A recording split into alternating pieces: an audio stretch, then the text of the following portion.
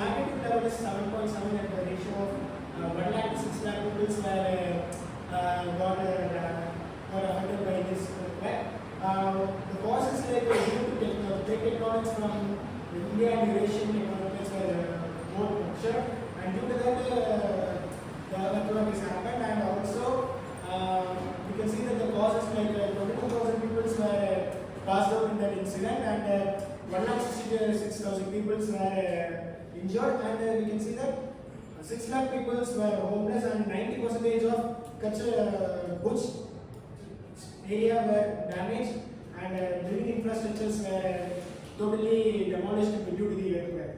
So in this you can see that due to some effects of this, many people were damaged. This was in a mid latitude only. So the causes like we can say that in previous class we discussed about how the earthquake can be defined. Like it's on high altitude and less injured, and less altitude and high injured. In this case, we can see that the less altitude and high injured problem.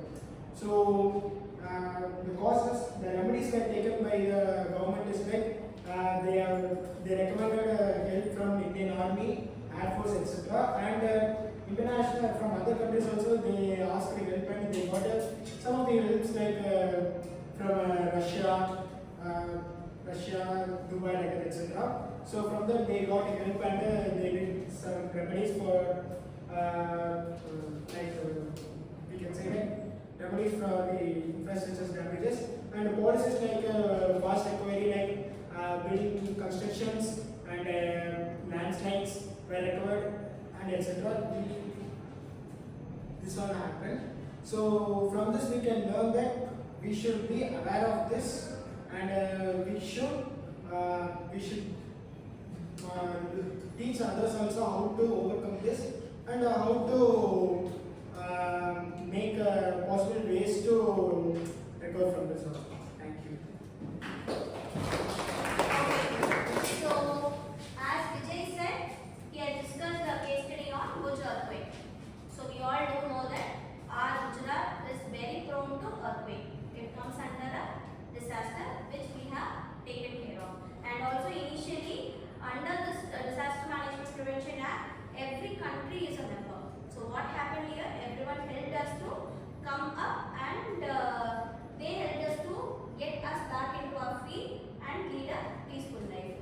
But now also what happened in the sense, at Gujarat it is now also very prone to earthquake. We are categorized that area under zone 5 so that we have to build these structures very cautiously, because in order to avoid the death and injured people, because lakhs and lakhs of people have injured there. That's why they have taken up these kinds of measures under this Prevention Act. Is it clear? So is there anything else you want to discuss? Whether anyone is adding some points for this under this case study, or is there anything that you have decided to speak of? Yes? Is there anything you all want to add under this Burj earthquake or something else? Because disaster is nothing but limited to earthquake. It has several kinds of disasters. You could say tsunami, you could say flood, anything could be included under disaster. Yes, even your fire hazards, everything comes under them.